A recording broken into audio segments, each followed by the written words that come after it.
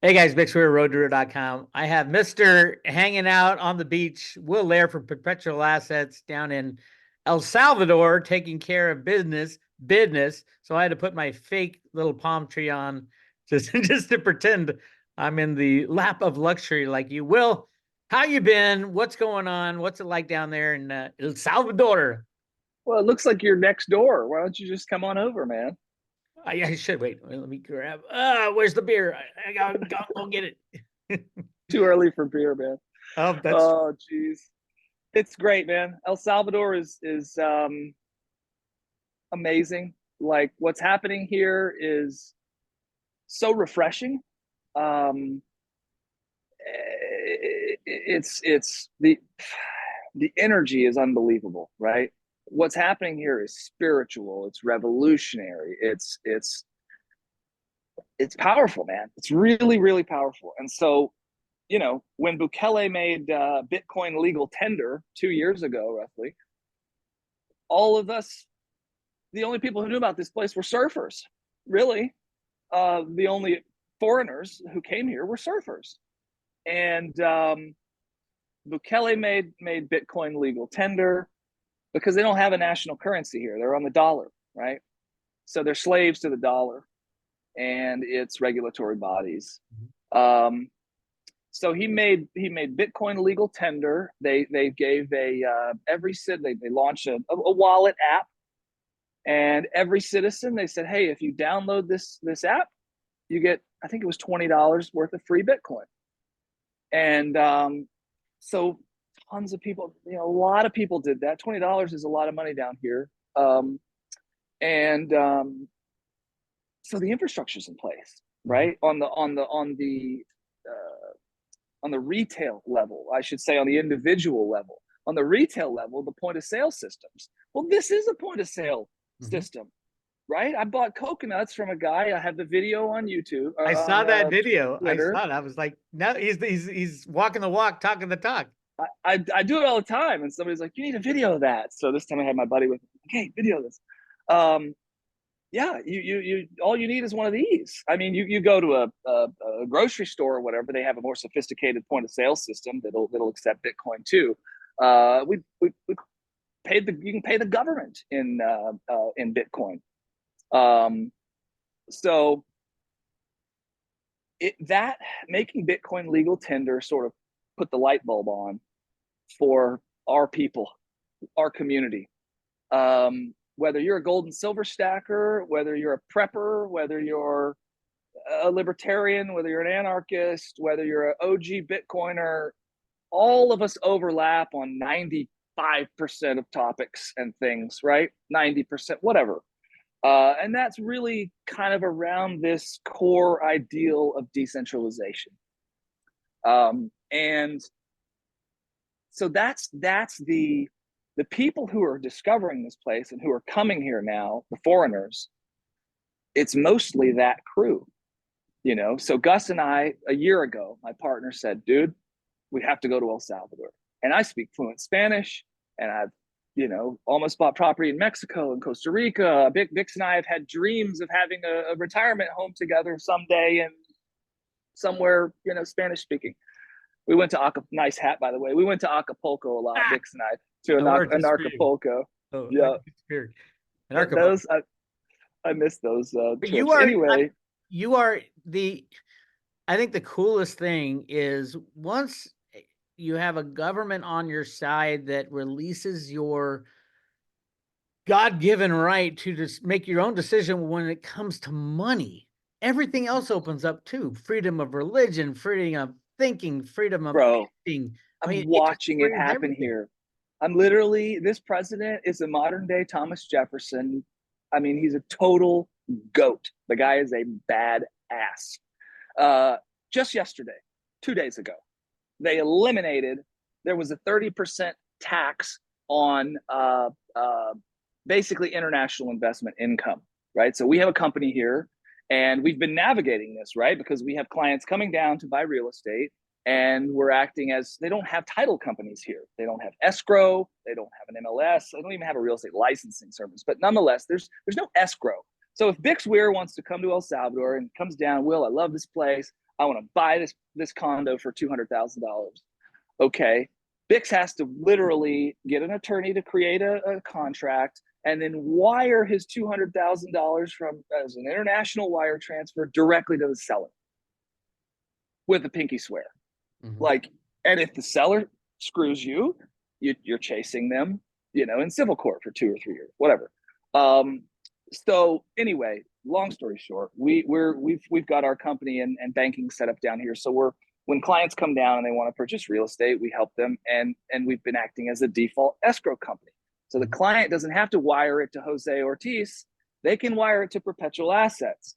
Most of our clients know us, trust us, have done business with us for years, know that our reputation is very valuable. So I'd rather send you guys the money to your local Perpetual Assets El Salvador account, and then you can pay the seller for me once everything's ratified. Great.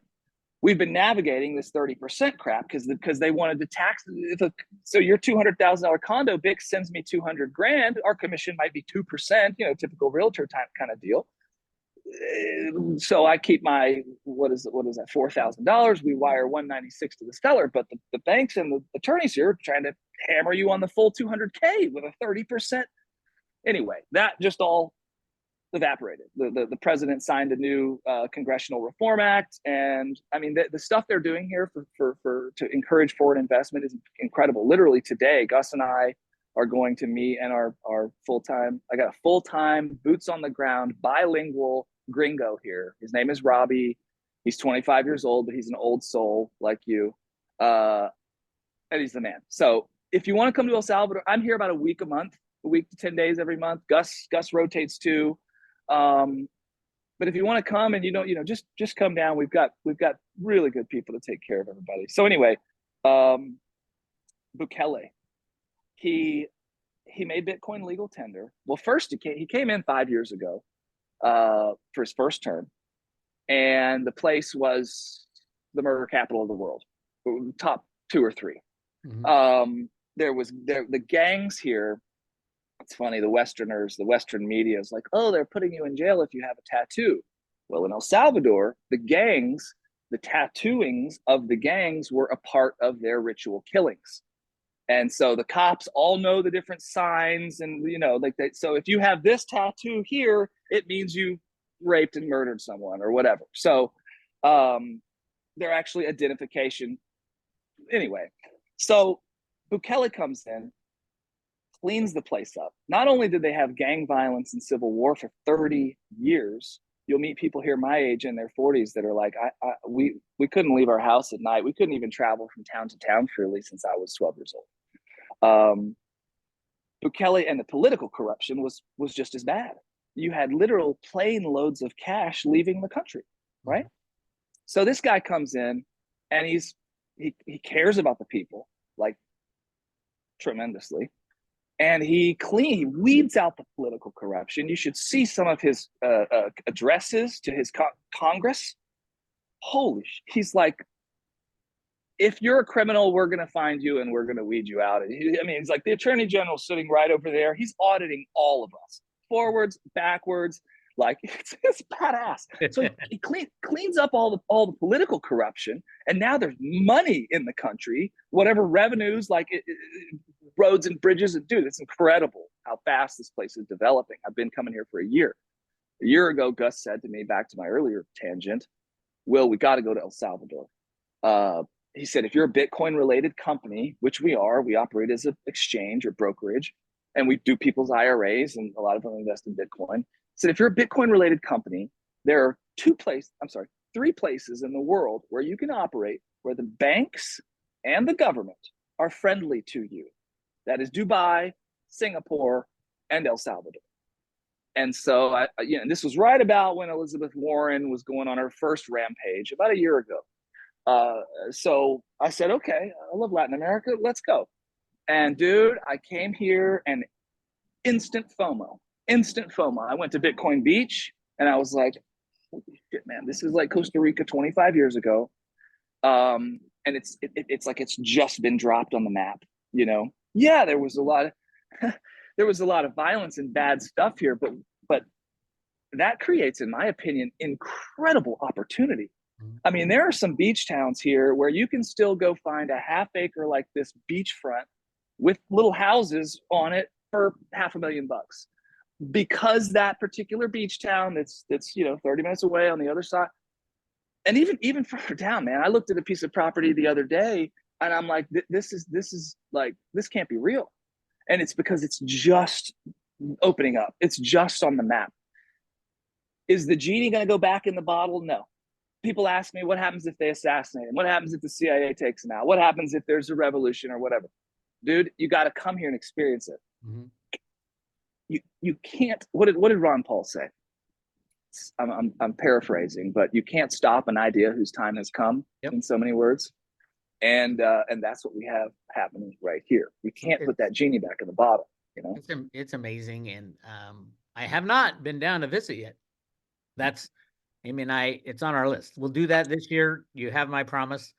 And I mean, can you imagine all you Americans out there who are watching this, speaking from America?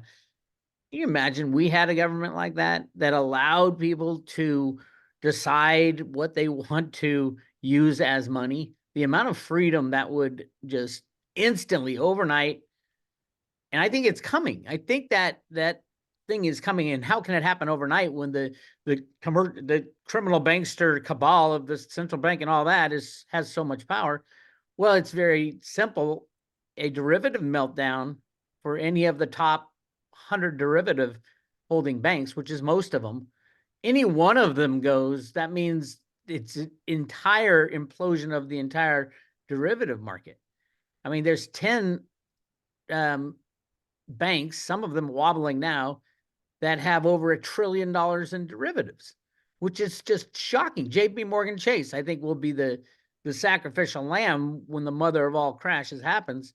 They have 55 trillion in derivatives and only 3 trillion in assets. And all those assets are, spoken for, and it's got nothing to do with the derivative market. So they have basically $55 trillion in side bets that have counterparties. Every single one of those derivative bets has a counterparty, and it takes everybody to stay in line for that to work out, or at least get kicked down the road. And I think that's what we're going to be seeing very soon. So then we'll have an opportunity.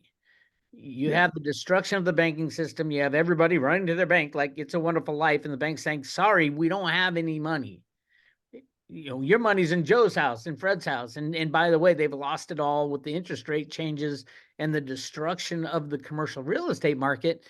There is no bank that's solvent anymore. And I think we're going to find this out after this quarter. Just Monday, the bank term funding, the bailout of Silicon Valley Bank type of banks, the Fed just ended that program last Monday. And so they're no longer lending out free money to these banks. And it was a bailout. So the question lies in now, where are they going to get their money? The reverse repo, they're pulling the money out of that. It was over 2 trillion in that. And now they're down right around 500 billion and dropping fast. It'll probably bottom out by the end of the first quarter as well. Everything is looking like the second quarter is going to be horrific for the banking industry. And nobody's talking about it. Nobody's talking about it. So after that, it won't be, it'll be ugly and messy, and they'll try to fix it a few times according to Cliff's data. But I think after that, when the people get back in charge of, we get rid of this crazy government we have, we can go to something like a gold and silver standard. We can go to a crypto standard, or how about a use whatever you want type of standard? Be free. Don't look for the government. There's no reason and no part of the Constitution that says money can only be controlled by your government. It's exactly the opposite. Yes, they can say, okay, you got to pay your taxes in fiat money or gold and silver. Okay, fine.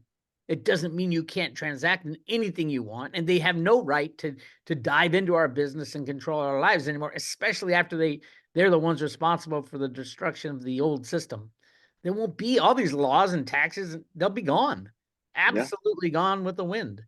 So 80% of the regulatory bodies and all of it.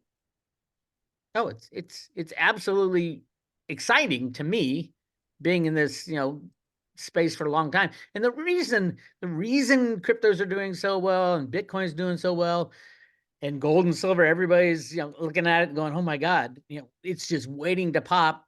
The reason is not necessarily that those things are all that great. Although I could argue silver is that great because of what it can do in the industrial side and the solar panels. I've been, fighting that fight for a very long time. And the Silver Institute is about to release a report on silver. It's going to be better than they've said because there's so much pressure on them now, but it won't even be close to what it really is. So we're at this turning point. And the reason that cryptos and silver and gold are so important now is because they're standalone assets. And it's not that they're amazing. It's that the alternative, the unbacked fiat money system, is completely out of control. And no country has ever paid off its national debt. We don't even hear Congress talking about, oh, we have to, cut the debt down, or we have to pay off what we owe. None of that. No fiscal responsibility at all. And there can't be, because they have to pay the interest on the shit they've already pulled. So there's only one way to get out of this, and that's to destroy the whole system. And then it's down to, okay, who takes charge now? Is it we, the people who take charge and say, I want to use this for money? You're an American, you have freedom, you can do that. And, everybody who had a 401k and a savings account that they didn't have, direct access to, good luck. Good luck getting anything. If you do get anything back from the government, it's going to be hyperinflated dollar bills. It's going to be nothing like what you will not have the wealth that you had, if you had any wealth to start with. Now, the vast majority of them, majority of the people will be better off because most people have debt. And that is the biggest problem. So your debt will be gone. Once the banks go, there's no more debt. You got to Do you have any what? Do you have any concern or comment on the concept or idea that they may still demand payment on the debt and seize people's homes and assets and everything? I mean, what the reality seize 300 million people's homes? I mean, no, it's exact opposite. We will be, those are the people we'll be stringing up. Those won't be the people deciding, oh, you've lost all your money in your checking account because our bank went bankrupt, but you're going to still have to pay all your debt. It's that old banker dilemma. When it happens to one or two people, that's fine. When it happens to everybody, you're screwed. It's systemic. Yeah. So, I mean, I'm horrified and terrified of what's coming, but at the same time, I know the only way to get from here to there is to destroy the current government, destroy the monetary system, return to the Constitution, the real Constitution, and have everybody just, you got to take care of yourself from now on. Rip the Band-Aid. Is it Vix? We've been waiting on this for a while, man. Me and you. I mean, I'm getting old. I don't know about you. What? I turned 60. I turned 60 in July. That's just crazy. God, that is crazy. That makes me feel even older. This is happening in our lifetime, right? Like, this is happening. It could happen any day. And that's the, judging from, how long we've been hanging out and talking about this stuff, it was theoretical for a very long time. And now it's not theoretical anymore. We see the debt. We see the interest on the debt. We can't even pay the interest on the debt. And we see the government. Nobody in America believes in their government anymore. No, man, it's crazy. I have conversations. My 20-year-old nephew and his college buddy are here surfing all week, and we've had lots of conversations about how polluted the liberal, the educated, they're in college. I mean, all of them. Granted, they're Florida boys, so I'm from Texas, so we're all cut from a little bit different cloth than you Californians out there, but. There are a lot of people in California too, man. I mean, you go to LA, San Fran, but you get out in the town, dude, you get in the hills and everybody's like toting guns and, Republican. Yeah. It's weird, man. It's this whole thing that we've been talking about for a decade. You've been talking about for 20 years or whatever. Like, the people had to wake up, right? When Trump beat Hillary, it was evident to me, and the years that followed, like, oh wow, we still have a lot of people that are brainwashed that I mean, aren't ready. Yep. are not psychologically ready to survive what's coming, right?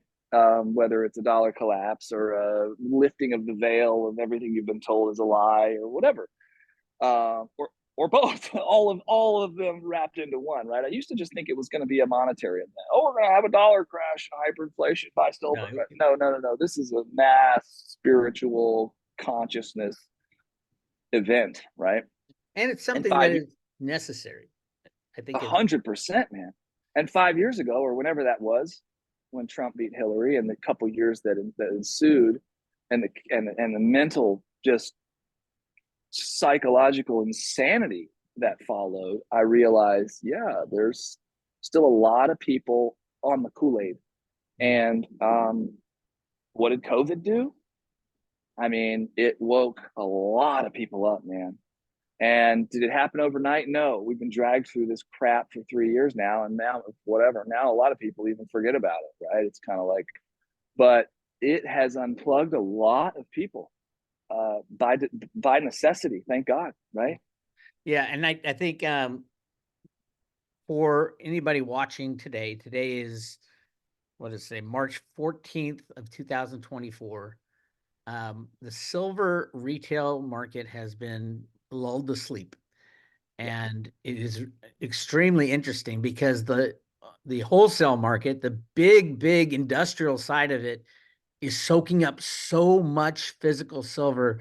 You'll just be shocked. I mean, just last year, and I'm going over these silver numbers with the Silver Institute and Metals Focus, trying to show them how obvious this is. Like last year, for example, here's an example. And here's what they are struggling with too. The Silver Institute publishes something called the Silver Survey every year. It's quoted on every news channel, every newspaper article. There's this much silver on supply and demand. It has been wrong for decades. It has been so completely wrong. Now they've run into a problem, and that problem is the industrial silver side, because they have been splitting out solar silver for at least 5 or 6 years, and they went back 10 or 11 years. Solar silver in the past 3 or 4 years has expanded dramatically. And 2023 was the biggest ever, with a 76% gain in solar installations Over the year before. over the year before. It was 260, 270 gigawatts, and now it's 440 gigawatts, which is massive. And the vast majority of that was in China, and all these solar panel manufacturers are changing over to Topcon, which uses even more silver. So the silver story, they cannot deny it.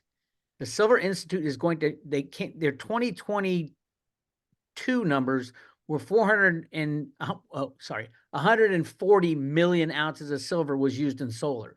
And nobody really questioned it because nobody knew.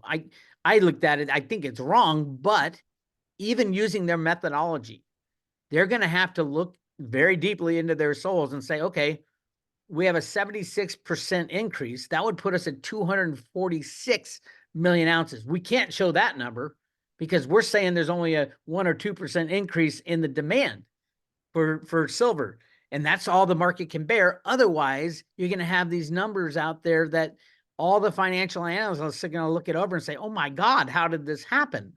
Wow. If they tell the truth. Now, what I'm trying to do with my discussions with them and what I talk about on my show is say, hey, let's just talk about the minimum. Let's just say you did it right in 2022, and 140 million ounces was pretty close to the exact number of ounces of silver used. In 2023, you had a 76% increase. And there's nobody is contesting that because most of that's increase in the solar installations. And those have to be registered with all the energy companies and governments around the world. And that number is pretty solid. So it comes down to, okay, you had a 76% increase, and there's only one way that there could be less silver than the 76%, and that is through thrifting. Thrifting is using less and less silver to save on silver, make the lines in the solar panel smaller and smaller and smaller. And at some point, you just can't thrift anymore. But the big thing is thrifting was talked about hugely in 2000, 2001 when we almost hit $30 in silver. But since then, the price has come down 20%. So there's no reason to thrift. There hasn't been.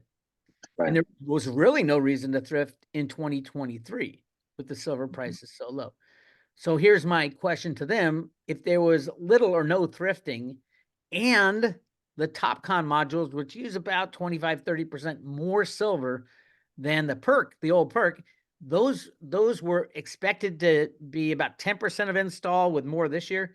It turned out it was 30% of installs were TopCon last year, which is more silver. It should be well above the 246, just the 76% increase. And I'm telling these guys this, and they're like, they know they can't say that. They cannot tell the world that there was such a massive increase in the use of silver.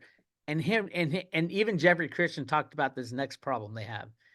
And that is there was massive overproduction of silver that didn't, or solar that never got installed last year. A massive overproduction to the tune of 150, 200 gigawatts, all coming out of China. China said we're gonna meet the COP28 green energy, numbers that all these governments signed. We're gonna meet it by 2030, before 2030. So they're making massive amounts of solar panels, and all those are consuming silver. So the Silver Institute has to come out and tell the world something, and they are literally afraid of what they're going to announce because they can't say that the truth is probably closer to 350 or 400 million ounces. They were going to say 180 because it made sense from 140 to 180 to them. That's enough so that they wouldn't cause shock and awe in the silver market. But the reality is much different than that. And I think the more people that focus in on how the hell can you have such a small silver industrial demand number when the entire industry says something completely different. Yeah.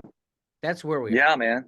So buy silver with both your feet. Perpetual Assets sells lots of silver. Contact Will Lehr at perpetualassets.com. Will at perpetualassets.com. And also you can sell silver in Bitcoin, right? Or other crypto. You can buy silver. Yep. You can buy silver with Bitcoin. Yep. Or other cryptos. I mean, if you want to, we'd run an exchange too. So yeah, you could send us Ethereum and say, hey, I want silver with the value of the Ethereum. What's your minimum order and your maximum order? Well, the minimum on the metals is 2,000, if I'm not mistaken. I believe it's the same on the crypto trade desk. Okay. And there is not really a maximum. I mean, if you dare me. I mean, well, yeah. I mean, if somebody came in with a $100 million order or something, that would take some phone calls, right? But yeah, we've never had an issue with a size order. My take is, and the Road to Ruta take is, now is the time to load up on silver. When the retail side isn't really doing much, the price is very low, less than 50% of its all-time high, and you have the entire industrial world scampering for silver. We have the India import numbers coming out tomorrow. Shocked the world in January when they imported 20 million ounces.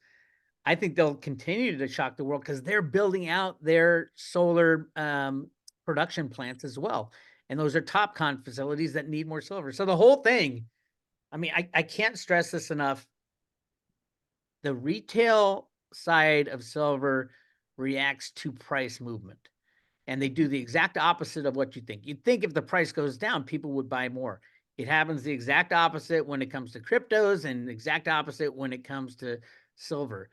As the price stays low, there's no excitement at all. That's when you should be buying. I think right now, massive buying opportunity. And don't forget, this silver survey comes out in mid-April, and it is going to shock the world. I just don't know how much it will shock the world because nobody's talking about solar silver. Nobody. Right. And you don't know if they're going to tell the truth or any, Well, they'll tell more of a truth.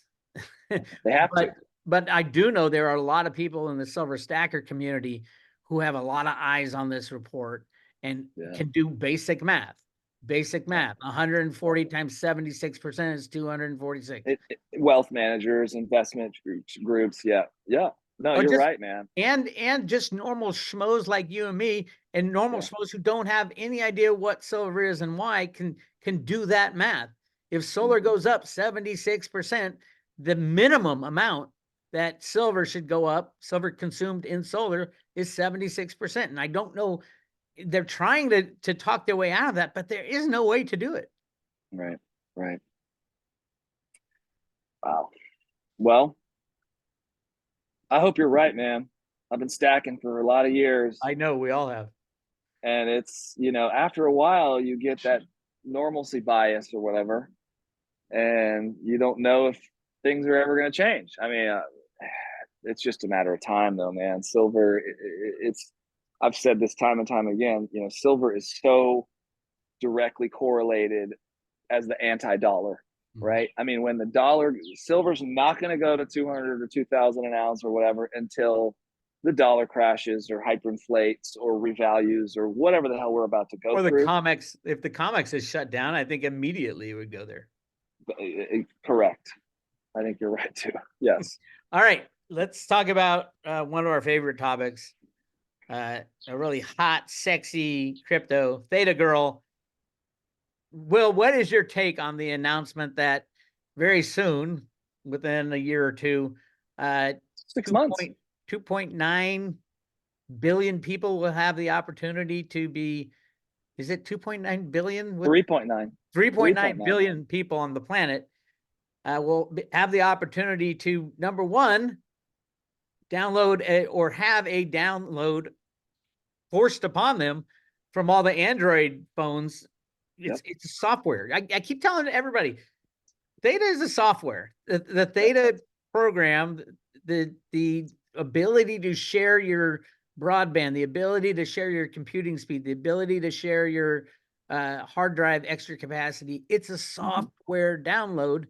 And the partners in on this are Google, Sony, Samsung.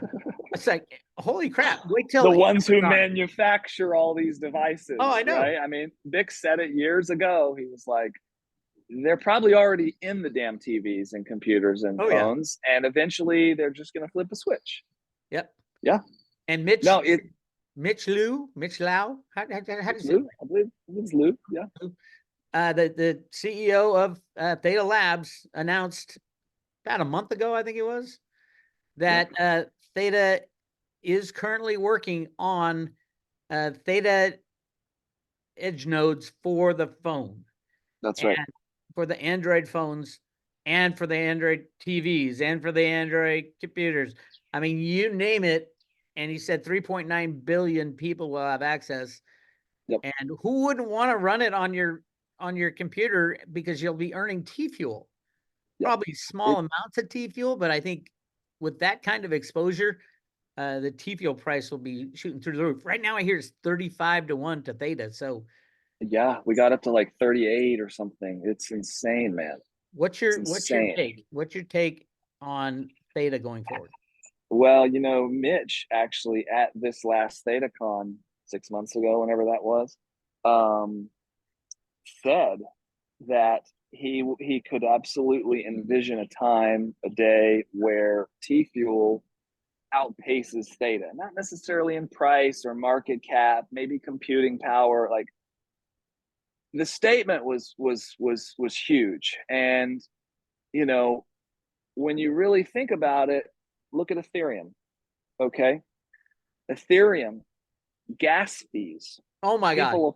People will pay $50 to mint a $10 NFT. They'll pay $50 or $100 to send 1,000. So what does that tell you?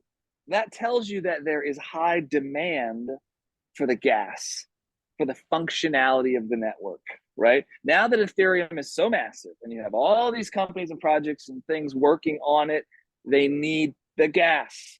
Mm-hmm. And in Ethereum, it's just Ethereum, right? But that shows you that once you have an operable network, there is huge demand for the gas if people are willing to pay 10 times the price of their damn NFT or whatever just to mint it, right? That's where it hit me, that this potential future huge demand for T fuel is inevitable. Right now it's not as much, but and then just the finite supply of Theta also is like mind-boggling, right? Like, so I love them both. I think this announcement by Mitch is really huge. I've watched this company over the last, geez, when did we get into Theta? 2018 or 19 or something? Yeah, I was in on the ice. It was going to ICO, and then they pulled the ICO at the last minute because we don't want to mess with the regulators, so we're not going to ICO it. And then they did start trading, and that had to be 2017, 18. 18, 17, yeah. Well, I've watched this company and this team over the bear market these last few years. And what they have done is exactly what you would want to see from a company going through a bear trend. They put their heads down and they blocked and tackled, as my old sales coach used to say. They kicked ass. They kept pushing forward with partnerships, pushing forward with technology releases, pushing forward with patents. I mean, it's Godzilla, dude. They say Theta is Godzilla for a reason. I think the more interesting thing to me, even when it first came out, it's completely different now. I mean, Theta, when it first came out, was a solution for content delivery networks. It was streaming. It was for streaming. It would make it cheaper. And then they said, holy shit, with the capability to use someone else's excess streaming capacity, we also have the capability of using people's excess processing power on their computer, hence the edge compute. Then you have excess capacity on the hard drive of these devices as well, which is literally it's the cloud storage of the future. And the way and I always like, well, nobody's going to want to store data on somebody else's computer. That's not how it's done. They use sharding, which takes a fraction of the entire program or storage file, and they shard it. They take little bits of it. So no one computer has what it needs to decipher. In the way sharding works, I mean, this is serious shit that, Ethereum's gone through it all, and I can't explain how it works, but the computer experts and cryptography and all that know how sharding works. But no one computer has, you can't like, oh shit, I'm sharing this hard drive, so someone's got my data. They don't. They have little shards of it, and the way it's put back together is through the keys of the wallet and through the cryptography to get it back. You need, everything is cryptography driven. It's unbelievable what and how this meshes with the Internet of Things and AI. Yes. AI will not work without massive computing speed at the point where it's being implemented, and storage capacity at the point it's being implemented. Yep. This is true with the Internet of Things too. The IoT, pretty soon your washing machine is going to tell you when it needs a new part, and your dryer will say, hey, you need more, bounce tissues, and everything kind of gets ordered from that. And oh, by the way, in the background, they're all running edge nodes earning T fuel to pay for. That's why in the future, appliances are going to pay for themselves, because they will also be embedded with computer nodes churning out T fuel and shit. Like, it's unbelievable where it started. Hey, we're going to just save money on sharing on content delivery network, to where it is now. Yes. AI can't work, but it can work with the Theta edge storage and edge computing. Yes. Did you see the Levita news like a month ago? They broke some record in AI computing volume. It was like 100 mil. I don't even. Uh-oh. Are you there, Will? I think we might have lost Will. He'll be back. But people have asked me about Levita, and I don't know much about the company, but if you were staking Theta, in the Guardian node, you got a free airdrop of Levita, and people see it on their phone. It's got to do with healthcare, decentralizing healthcare, big database stuff, but they are knee deep in Theta. So hang on to those tokens if you have them, and you can stake them. You can stake those Levita tokens. You have to do it through their staking facility, but you can, if you have it on your phone, you can find it through. I think there's a link to Levita. So we're gonna wait for Will to come back. I love talking to Will. Definitely contact him. Will Lehr at Perpetual, or Will at perpetualassets.com. That's his email. Will at perpetualassets.com. And if you want to get silver or cryptos, I don't think they can get Theta, but they can teach you how to get cryptos and then teach you how to swap. You can get Theta via simple swap. You swap Litecoin, buy your Litecoin on Coinbase, and then go and swap it for Theta on simpleswap.io. And you can find all this stuff out, how to deal with it, how to work with it in on YouTube. Just type in what you want to know about cryptos. And I highly suggest, I know most of you already have, but those of you who haven't, become knowledgeable about cryptocurrencies. They are the future, no matter what Jamie Dimon wants to say. Jamie Dimon, by the way, JP Morgan is buying up trying to get all the infrastructure for all of cryptos now that he said, oh, I'll never hire someone who deals in Bitcoin. That guy belongs in jail massively. But Jamie Dimon, they're buying up patents, they're buying up things left and right. They have hundreds of people working in the crypto projects. So don't listen to what that asshole says, by the way. Well, I'm not sure if Will's going to come back. I want to thank Will Lehr for spending time with us on Road to Ruta, and I'll put this up, and we'll be in contact with Will very soon. Oh, wait a minute. Here he is. Admit this guy. So he's come back to tell us how to get in touch with him at Perpetual Assets if we can get him on. And I think he's coming. 5, 4, 3, 2, 1. Are you there, Will? I'm here. Can you hear me? I can hear you, but I can't see you, but that's all right. Let's start the video. There we go. There Sorry about you that, is. folks.